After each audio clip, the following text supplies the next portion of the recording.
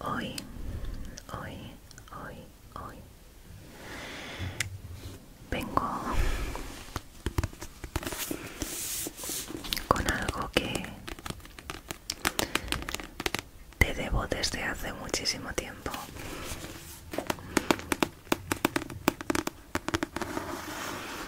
Y eso es seguir con la lectura de Drácula. No sé si te acordarás que la última vez que leímos no un capítulo porque era muy largo, pero la última vez que seguimos leyendo fue hace 9 meses. Creo que en junio del año pasado, si mal no recuerdo. Y bueno, fue un poco difícil porque en esa época ya sabes que estaba pendiente de defender mi TFM de educación y todo eso. Pero bueno, hoy, sin más dilación, vamos a seguir leyendo tranquilamente y vamos a seguir por donde nos quedamos. Para cuando suba este vídeo al canal, seguramente haya creado ya una playlist. Vale. Entonces, bueno, lo podréis ver desde el principio hasta donde nos quedemos hoy. Pero solo para recordarte un poco, quiero que sepas que nos quedamos por el segundo capítulo, a mitad, o sí. Y bueno, nos quedamos en la página 43.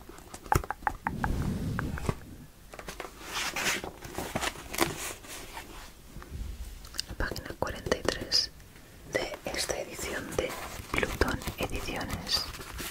Y bueno, pues vamos a seguir leyendo a partir de esa página, ¿vale? Tuve en mis manos un atlas que estaba abierto evidentemente por la página donde se hablaba de Inglaterra, muy manoseado, con círculos marcados, como si se consultara muy a menudo. Al cabo de un buen rato, el conde volvió. «Vaya», exclamó, «aún le encuentro con los libros. Eso es bueno, pero debería descansar un poco. Venga conmigo. Acaban de comunicarme que su cena ya está lista». Me agarró del brazo y entramos en la habitación contigua, donde encontré una excelente cena dispuesta en la mesa de una presentación también extraordinaria. El conde, igual que la noche anterior, se excusó, diciendo que ya había comido durante su ausencia, pero tomó asiento y estuvo charlando mientras yo cenaba. Cuando finalicé, encendí un cigarro y el conde siguió a mi lado haciéndome preguntas sobre la finca, también sobre otros temas. Así, de charla, pasamos mucho tiempo. Ciertamente me di cuenta de que se estaba haciendo muy tarde, pero no dije nada, pues me sentía obligado a satisfacer en todo al anfitrión. Además, no tenía sueño después del largo descanso del día anterior. Sin embargo, no dejé de experimentar ese escalofrío que me asalta al llegar el alba. Lo mismo me sucede con el cambio de marea. De pronto se oyó el canto de un gallo, cuyo sonido llegaba con una claridad extraordinaria a través de la nítida y pura brisa matutina. El conde se levantó de golpe y dijo: «Vaya, otra vez amanece. Qué poco considerado soy por tenerle despierto hasta estas horas. Amigo mío, la próxima vez que me hable de su amada Inglaterra, procure que su conversación no sea tan atractiva, para no hacerme olvidar cómo pasa el tiempo, cómo pasa el tiempo, cómo pasa el tiempo». Y con una muy cortés reverencia se marchó. Se marchó.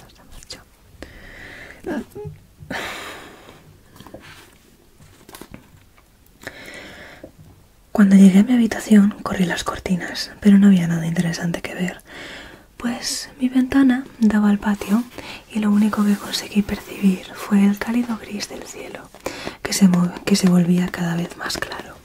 Se volvía cada vez más claro. Así que volví a cerrar las cortinas y me puse a escribir estas notas. 8 de mayo. Al iniciar este diario temía que se hiciese demasiado largo, pero ahora me alegro de haber contado todo minuciosamente desde el principio.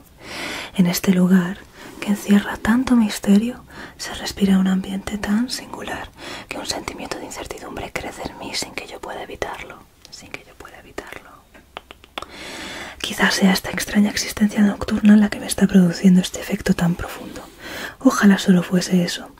Solo si tuviese alguien con quien hablar, me sentiría con fuerzas para soportar todo esto. Pero por desgracia estoy solo, sin contar con la compañía del conde y él. Mucho me temo que soy el único ser viviente de este tétrico castillo. Si me permiten, seré prosaico, como son los hechos. Me sentiré mucho mejor y ayudará a que mi imaginación no se desenfrene hacia un final desconocido. Si me llega a suceder, estoy perdido. Ahora les explicaré enseguida cuál es mi situación. Dormí solo unas horas y al sentirme completamente despierto, abandoné la comodidad de la cama. Cuando colocaba mi espejito en la ventana para afeitarme, sentí una mano en mi hombro y oí la voz del conde que me decía: «Buenos días». Como pueden pensar, me asusté, pues no le había visto entrar, a pesar de que a través del espejito se podía ver perfectamente toda la habitación a mis espaldas. A causa del sobresalto me hizo un pequeño corte, que en aquel momento no percibí. Después de devolver el saludo del conde, me volví de cara al espejo para asegurarme de que no me equivocaba.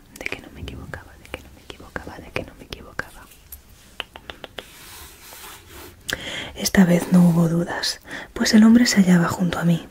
Podía verlo por encima de mi hombro, pero no se reflejaba en el espejo. A través del minúsculo espejo podía contemplar la totalidad de la habitación y una parte de mí mismo, pero ninguna señal de mi otro anfitrión. Quedé perplejo. Esto rebasaba todo el resto de experiencias, era escalofriante. Añadido a todas las anteriores sorpresas, mi sensación de zozobra crecía a pasos agigantados. En aquel momento descubrí que el corte me estaba sangrando. Rojas gotitas caían por mi mejilla. Así que dejé la navaja de afeitar y fui a por un poco de esparadrapo. El conde, al darse cuenta, reaccionó de forma anormal. Las pupilas le brillaron como una especie de furia malvada. Y de repente se abalanzó hacia mí y me agarró por el cuello. Al intentar esquivarle, su afilada mano tocó el rosario donde llevo el crucifijo. El talismán.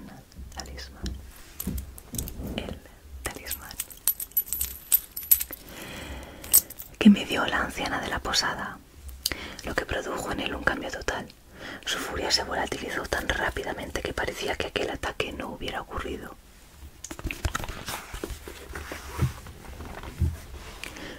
«Tenga cuidado», me dijo. «Debe tener más cuidado al afeitarse. Un corte es muy peligroso en este país.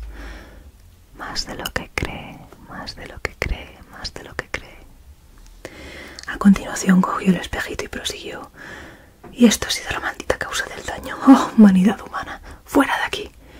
Y abriendo la robusta ventana con su impresionante mano, arrojó el espejo, que quedó hecho añicos sobre las piedras del patio. A continuación, sin añadir ni una sola palabra, se marchó. Es una situación realmente incómoda, porque ahora no sé cómo voy a afeitarme, a no ser que utilice el estuche del reloj o el fondo de la vacía, que afortunadamente es de metal. Al entrar en el comedor, el desayuno estaba preparado, pero el conde no apareció por ninguna parte. Así que tuve que desayunar solo. Quizá les parecerá un poco raro, pero no he visto por ahora al conde comer o beber nunca. ¡Qué hombre tan extraño! Cuando acabé de desayunar, llevé a la práctica una pequeña exploración por el castillo. Salí a las escaleras y encontré una habitación orientada al sur. Desde una de las ventanas se podía contemplar un paisaje extraordinario. El castillo se sitúa en el borde de un tremendo precipicio. Si lanzara desde aquí una piedra, caería unos 300 metros sin chocar con nada a su paso. Hasta el horizonte se podía ver un océano de copas de árboles, con un profundo corte en forma de barranco, a cuyos lados se divisaban unos hilos plateados de los ríos que serpenteaban a través de gargantas profundas por entre las tupidas arboledas. Pero no me complace describir con más detalle todas estas bellezas, pues al finalizar la segunda fase de mi exploración por el castillo quedé anonadado. Únicamente puertas y más puertas por todas partes, y todas se abrían con llave o cerrojo. No hay ni una sola salida posible, salvo por las altas ventanas que dan al muro. Este castillo es una cárcel en la que yo soy su prisionero.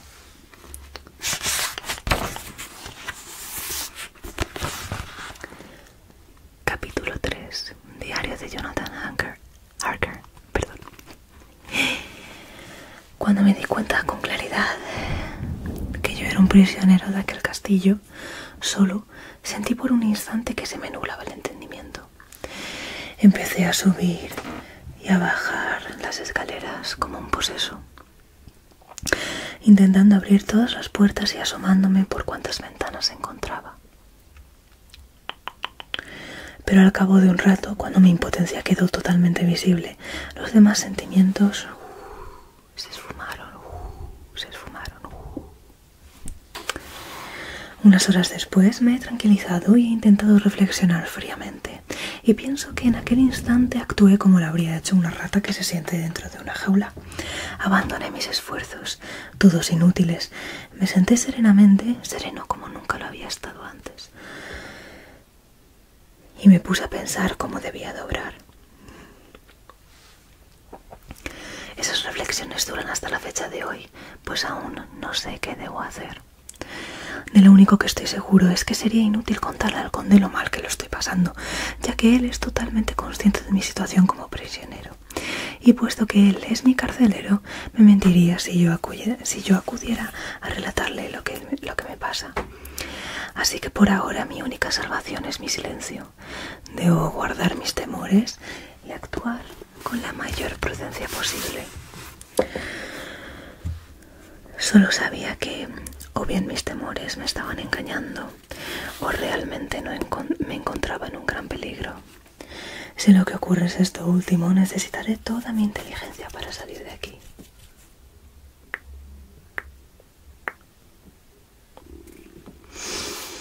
Una vez llegué a esta conclusión, percibí cómo se cerraba la puerta de la entrada central, y entendí que el conde había regresado. Este no fue a la biblioteca directamente, por lo que fui con un gran sigilo y lo hallé arreglando mi cama. Un hecho ciertamente raro que solamente me sirvió para confirmar una de mis sospechas. No había ningún criado en todo el castillo, y cuando horas más tarde le vi poniendo la mesa en el comedor, a través de la rendija de la puerta acabé de cerciorarme. Si él mismo realizaba las tareas del servicio, significaba que nadie más las hacía. Este descubrimiento provocó que mi temor fuese en aumento. Si el conde y yo estábamos solos en el castillo, podía llegar a la fácil deducción de que era él mismo el cochero de la calesa que me trajo hasta aquí. Es una idea terrible, porque si es así, ¿qué poderes tiene para poder controlar a los lobos con un simple movimiento de la mano? ¿Por qué razón todo el pueblo Bistritz y la gente de la diligencia temían tanto por mi vida? ¿Por qué me entregaron el crucifijo, el ajo, la rosa silvestre, el mostellar? Bendita aquella anciana que colgó aquel crucifijo en mi cuello. Realmente me siento fortalecido al pensar que lo llevó muy cerca de mí. Muy cerca.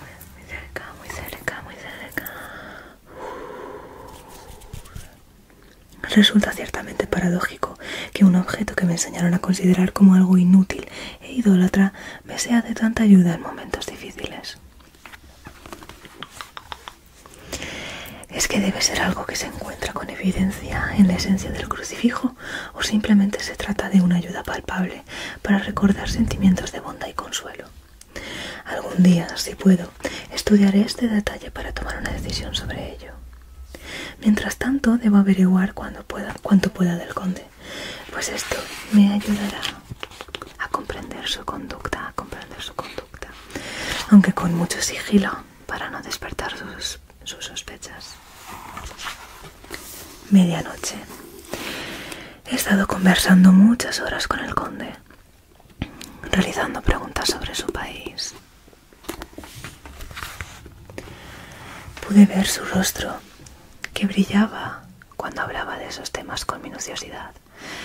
Me contó sucesos de sus gentes, pero sobre todo de sus batallas. Era como si hubiera vivido allí durante siglos y presenciado todos los momentos a los que se refería. Después intentó dar una explicación a este hecho diciendo que, para un noble, el orgullo de su nombre y de su familia es su propio orgullo, que la gloria de sus antepasados constituía la suya propia, y que de la misma manera su destino estaba sellado. Cuando se refería a su linaje, utilizaba la forma nosotros y el plural majestático. Ojalá pudiera reproducir con exactitud todo cuanto me contó aquella noche, pues sus relatos eran de lo más maravilloso. Parecía como si en ellas estuviera compendiada toda la historia de su país. Mientras iba hablando, se excitaba cada vez más. Se reflejaba su entusiasmo en cómo paseaba por la habitación dando tirones de su bigote blanco y cogiendo todo aquello que veía como si quisiera aplastarlo con su descomunal fuerza. Hay algo relacionado con los orígenes de su linaje realmente interesante, y por ello intentaré transcribirlo con la mayor fidelidad posible.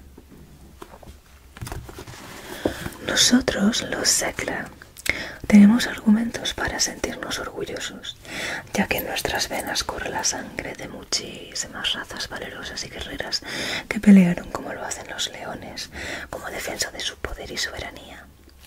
En ese enjambre de razas europeas, la tribu de los ugríos trajo de Islandia el espíritu guerrero que les dio Thorodin y que sus fieles desplegaron con un gran arrojo sobre las costas de Europa, así también de África, hasta el punto que esos pueblos llegaron a creer que los hombres lobo de la mitología se habían hecho realidad. Al llegar aquí, se encontraron con los hunos, cuya ira guerrera barrió la tierra como una llama viviente. Esta violencia tan despiadada hizo creer a los pueblos derrotados y moribundos que por sus venas corría la sangre de las brujas expulsadas de Escitia, que al marchar se emparejaron con los demonios del desierto. Estúpidos, ¿qué demonio o brujas podrían ser tan grandes como el mismísimo Atila, cuya sangre corre por estas venas? Y levantó los brazos. Es de extrañar que la nuestra fuese una raza de conquistadores con orgullo, que cuando los lombardos, los ávaros, los búlgaros o los turcos atacaban con sus compactas legiones nuestras fronteras, los rechazáramos. ¿Es acaso raro que cuando Arpad arrasó con su ejército la patria húngara nos encontrase en la frontera y que el saqueo terminara allí mismo?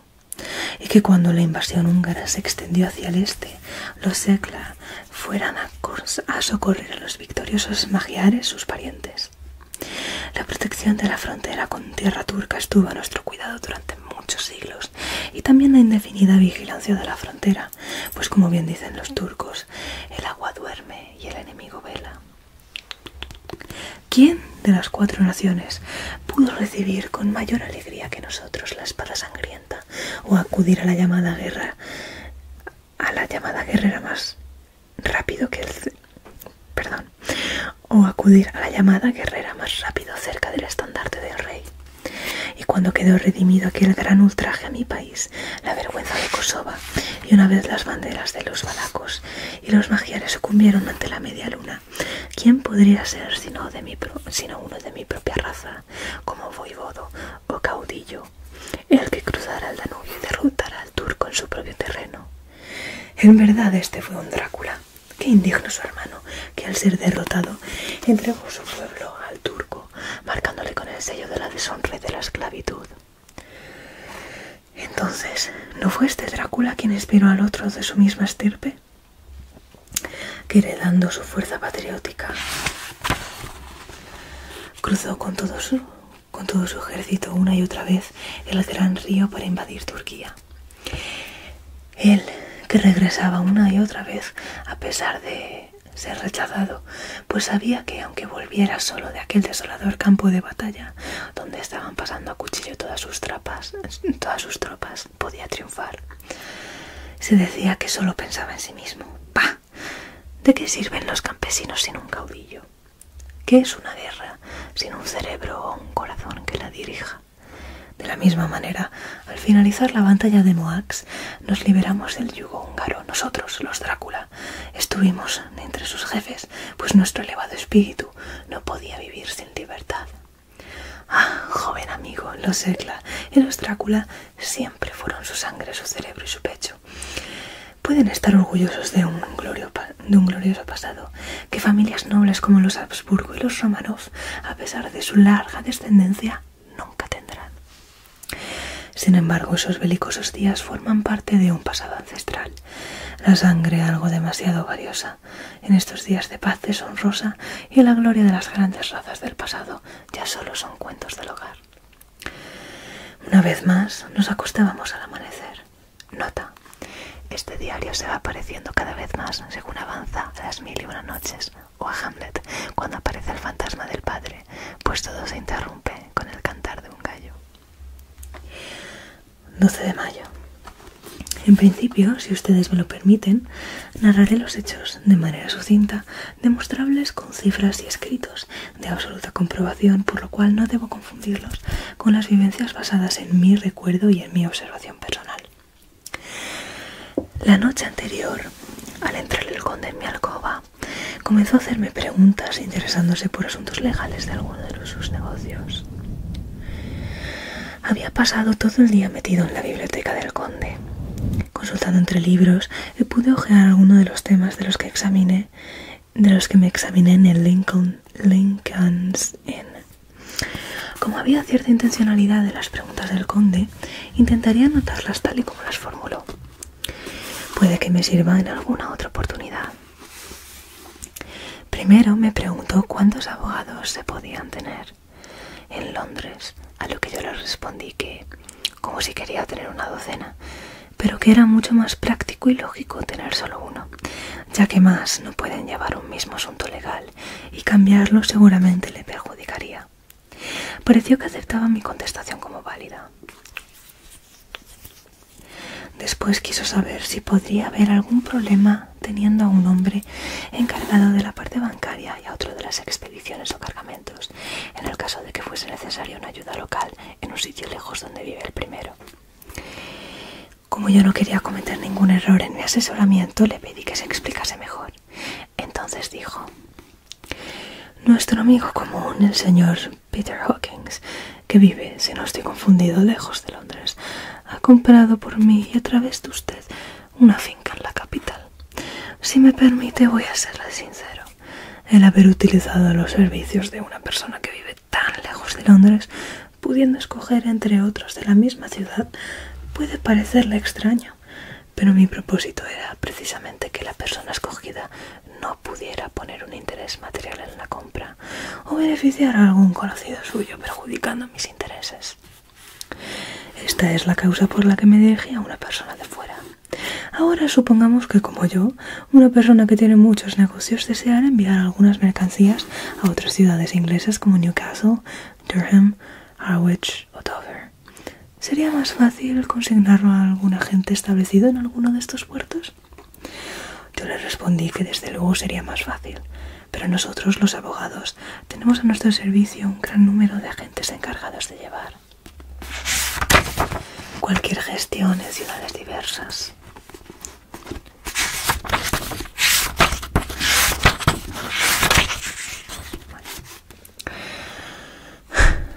Así el cliente, al confiarse a nosotros, puede estar seguro de que todas sus instrucciones se llevarán a cabo sin ningún problema. Pero, contestó, no podría llevar personalmente dichas transacciones. Me sentí como un empleado consciente de su trabajo. En efecto, le contesté, muchos hombres de negocios que quieran que sus negocios sean llevados con una total y absoluta discreción, lo prefieren así. Bien, dijo. Después me preguntó la forma de efectuar los envíos y los requisitos con que debían cumplimentarse y qué clase de complicaciones traería todo ello, pero si era posible soslayarlos tomando algunas cautelas. Le asesoré sobre este tema lo mejor que pude. Me daba la impresión, por lo que pude comprobar durante aquella conversación, que de ser un abogado habría sido de los mejores, pues no había nada que yo dijera que él no hubiese previsto antes. Resulta sorprendente que para un hombre que jamás había estado en Inglaterra y que no realizaba muchos negocios, su inteligencia y conocimientos eran formidables. Una vez estuvieron aclarados estos puntos, se levantó de repente preguntando: ¿ha escrito después de su primera carta al señor Peter Hawkins o a alguna otra persona? Yo le respondí que no había podido escribir a nadie todavía.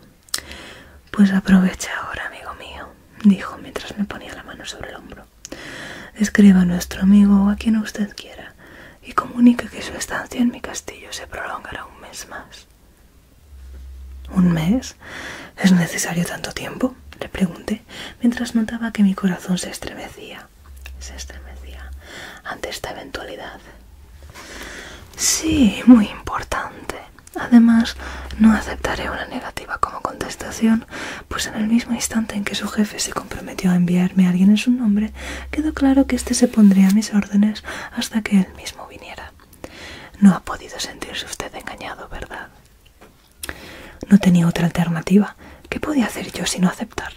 Se trataba de los intereses del señor Hawkins y no de los míos, y no podía pensar en mí. Por otra parte, mientras el conde Drácula hablaba, había algo en su mirada y en su rostro que me hacían recordar mi condición de prisionero, y que aunque me esforzara, mis quejas nunca serían atendidas. Al darse cuenta de mi cara de decepción e impotencia, el conde comprobó que había ganado, y comenzó a usar el conocimiento de mi debilidad, aunque eso sí, muy diplomáticamente. Le ruego, mi joven amigo, que en sus cartas no cuente nada que no haga referencia directa a los negocios. Sus amigos se alegrarán al saber que usted se encuentra perfectamente y que desea poder verlos muy pronto. ¿No es esto lo que desea de todo corazón? Mientras hablaba, me entregó 3 hojas de papel con 3 sobres. El papel era muy delgado. Luego miré al conde y por su sonrisa, con aquellos agudos caninos sobre el rojo labio inferior, me di cuenta, como si me lo hubiera dicho con palabras, que debía tener sumo cuidado con lo que describieran mis cuentas, pues seguro que él las leería. Así que decidí escribir una escueta nota estrictamente comercial y después, de forma taquigrafiada, expondré el resto, lo más pormenorizado posible, texto cifrado, que con toda seguridad desconcertaría al conde. Escribí las dos cartas y luego me dispuse a leer un libro, ya que deseaba disfrutar de unos momentos de tranquilidad. Mientras, cerca de mí, el conde escribía unas notas, para lo que consultaba frecuentemente algunos volúmenes que tenía encima de la mesa.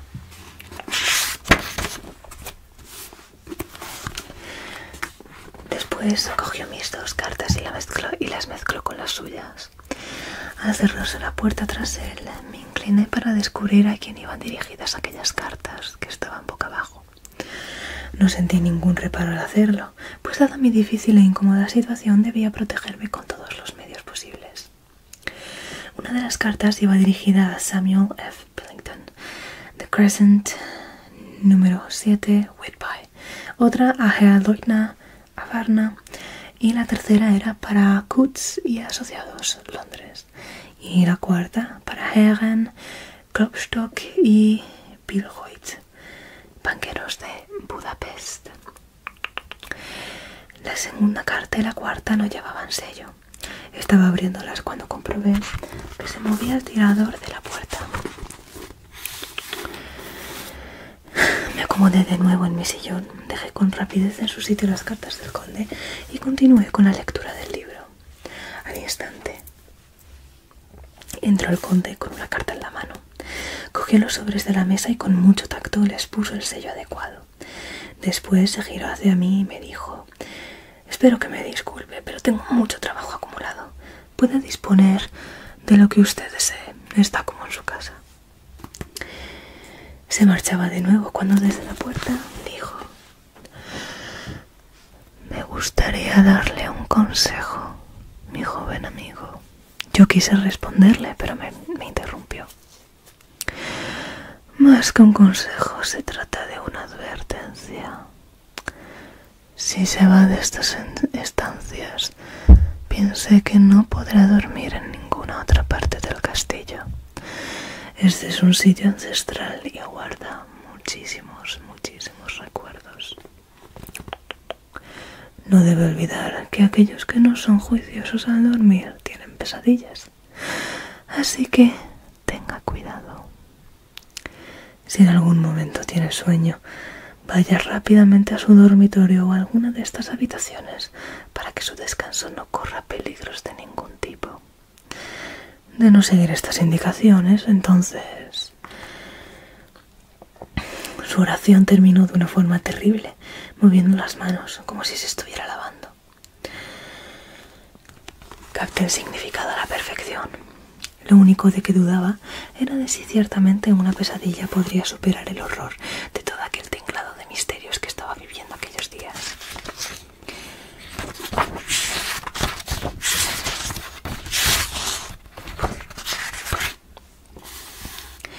Más tarde. Deseo ratificar lo último que señalé y ahora no me cabe ninguna duda de que no debo temer el dormir en lugares del castillo donde no esté el conde. He colocado de forma estratégica el crucifijo en la cabecera de la cama, así no tendré pesadilla alguna. Al marcharse el conde, fui a mi habitación. Al cabo de un rato, como todo estaba en el silencio más absoluto, salí y subí por unas escaleras de piedra que daban a un lugar orientado al sur. A pesar de estar contemplando un paisaje prohibido para mí, este me daba cierta sensación de libertad si lo comparaba con el escenario del patio que tenía desde mi alcoba. Comienzo a creer que esta tan agitada vida nocturna que estoy viviendo últimamente me está destrozando los nervios. Terminará con mi insensibilidad y todo mi ser.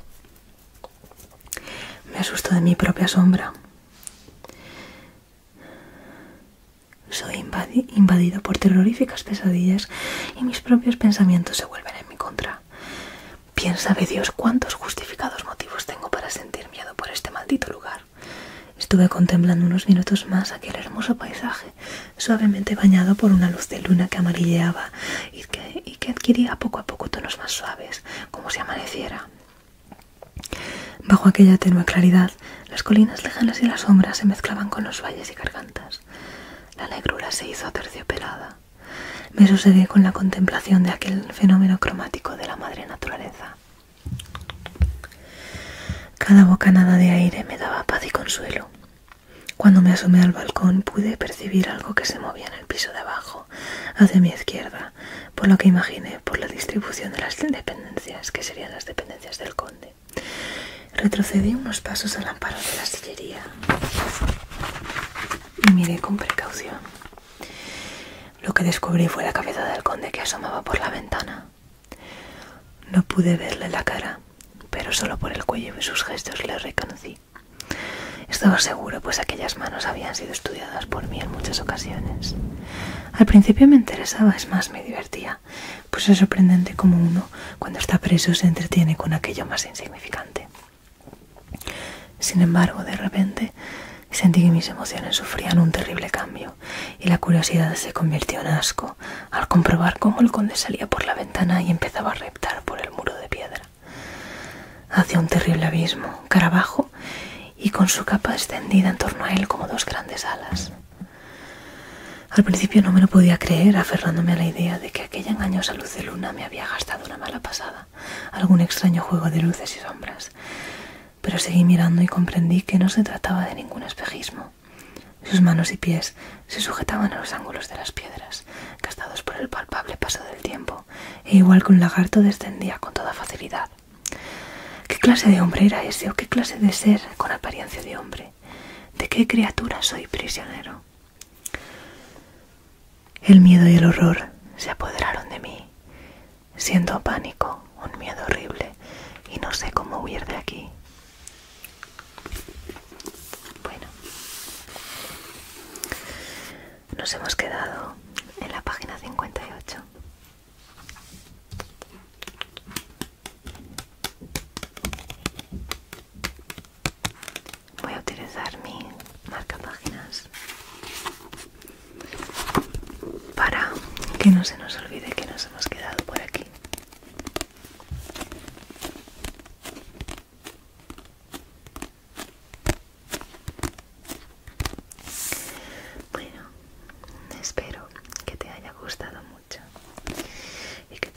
resultado relajante, relajante, relajante.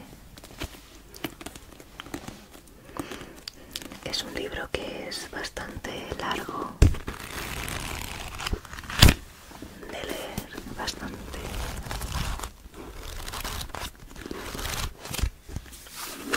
bastante largo de leer, pero bueno, mientras que os sigan gustando,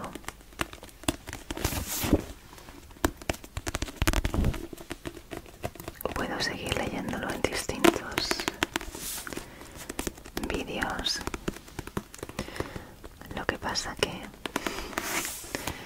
los vídeos de lectura son un poco difíciles porque son muy largos y necesito mucho silencio, pero bueno.